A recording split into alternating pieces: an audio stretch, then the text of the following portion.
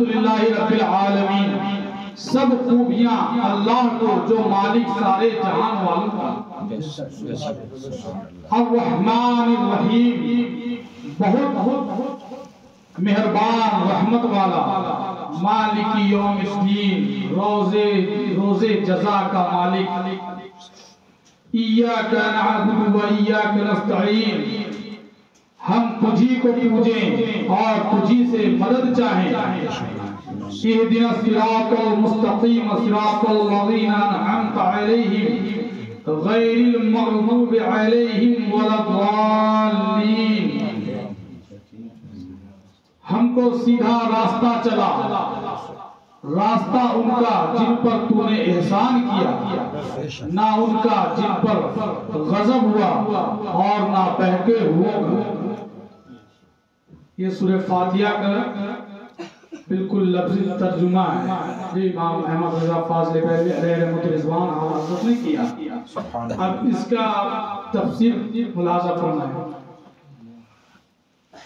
سورہ فاتحہ کے اسماء، اس سورت کے متعدد کئی نام ہیں، فاتحہ، فاتحۃ الکتاب، ام القرآن، سورۃ الکنز، کافیہ، وافیہ، شافیہ، شفا، سبع مثانی، نور، رقیہ، سورۃ الحمد، سورۃ الدعاء، تعلیم المسئلہ، سورۃ المناجہ، سورۃ التفویض، سورۃ السوال، ام الکتاب، فاتحۃ القرآن، سورۃ الصلاۃ۔ اس سورت میں 7 آیتیں، 27 کلمے، 140 حروف ہیں، کوئی آیت ناسخ یا منسوخ نہیں۔ شان نزول، یہ سورت مکہ مکرمہ یا مدینہ منورہ یا دونوں میں نازل ہوئی۔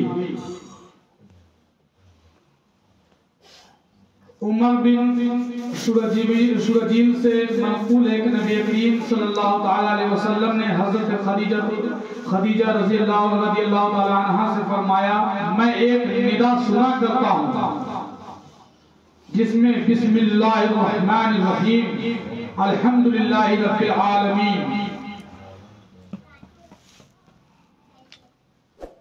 ایک ندا سنا کرتا ہوں، اقرا کہا جاتا ہے۔ ورقہ بن نوفل کو خبر دی گئی، عرض کیا جب یہ ندا آئے آپ باطمینان سنیں۔ اس کے بعد حضرت جبرائیل نے حاضر خدمت ہو کر عرض کیا، فرمائیے بسم اللہ الرحمن الرحیم، الحمدللہ رب العالمین۔ اس سے معلوم ہوتا ہے کہ نزول میں یہ پہلی صورت ہے، مگر دوسری روایت سے معلوم ہوتا ہے کہ پہلے سورت اقرا نازل ہوئی۔ اس سورت میں تعلیماً بندوں کی زبان میں کلام فرمایا گیا ہے۔ احکام، مسئلہ نماز میں سورت کا پڑھنا واجب ہے، امام و منفرد و اکیلے پڑھنا ہے۔ پڑھنے کے لیے تو حقیقتاً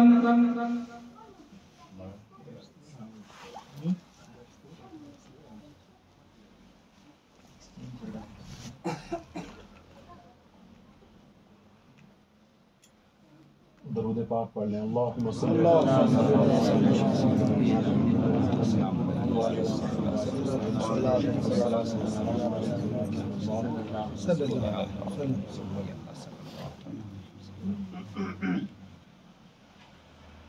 امام و منفرد کے لیے تو حقیقتاً اپنی زبان سے اور مقتدی کے لیے باقرات حکم یہ ہے، یعنی امام کی زبان سے۔ صحیح حدیث میں ہے قراءۃ الامام لہو قراءۃ، امام کا پڑھنا ہی مقتدی کا پڑھنا ہے۔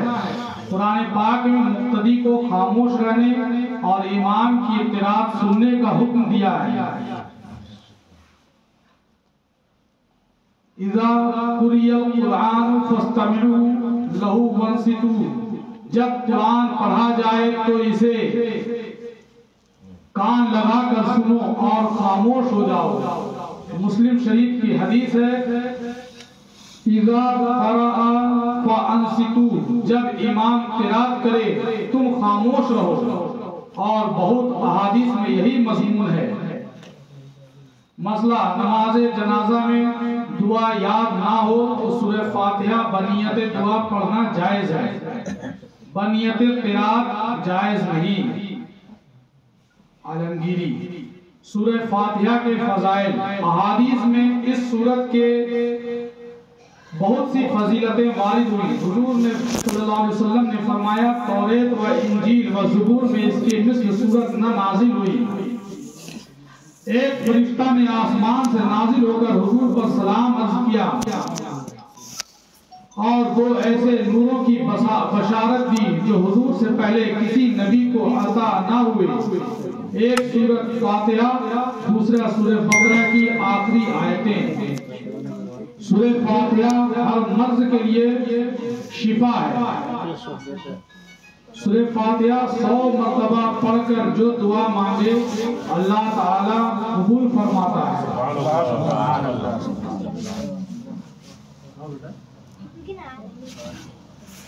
مسئلہ تلاوت سے پہلے اعوذ باللہ من الشیطان الرجیم پڑھنا سنت ہے۔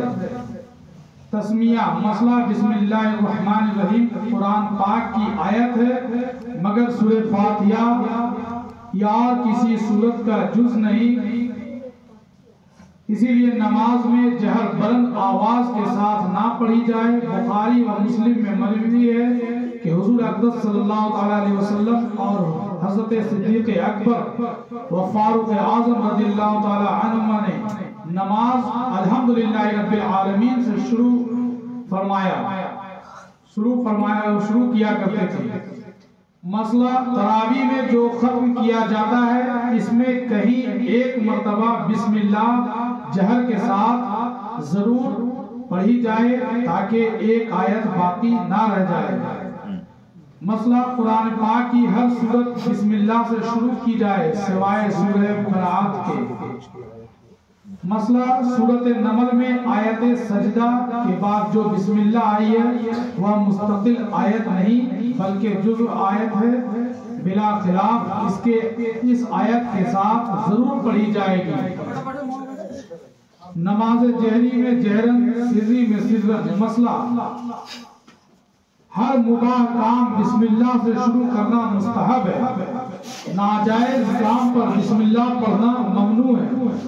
سورہ فاتحہ کے مضامین، اس سورت میں اللہ تعالیٰ کی حمد و ثنا، ربوبیت، رحمت، مالکیت، استحقاق، عبادت، توفیق، خیر، بندوں کے ہدایت، توجہ اللہ، اختصاص عبادت، استعانت، طلب رشد، آداب دعا، صالحین کے حال سے موافقت، گمراہوں سے اجتناب و نفرت، دنیا کی زندگانی کا خاتمہ، جزا اور روزے جزا کا مصرح و مفصل بیان ہے اور جملہ مسائل کا اجمالاً ہے۔ حمد مسئلہ ہر کام کی ابتدا میں تسمیہ کی طرح حمد الہی بجا لانا چاہیے۔ اس لیے اہل سنت والجماعت کا طریقہ ہے کہ ہم لوگ کہیں بھی پہلے حمد، اس کے بعد پھر نعت شریف، پھر منقبت، حمد الہی بجا لانا چاہیے۔ مسئلہ کبھی حمد واجب ہوتی ہے جیسے خطبہ جمعہ میں، کبھی مستحب جیسے خطبہ نکاح و دعا و ہر امر ذیشان میں، اور ہر کھانے پینے کے بعد، کبھی سنت موقدہ جیسے چھینک آنے کے بعد۔ رب العالمین میں تمام کائنات کے حادث، ممکن، محتاج ہونے اور اللہ تعالیٰ کے واجب، قدیم، ازلی، ابدی، حی قیوم، قادر، علیم ہونے کی طرف اشارہ ہے، جن کو رب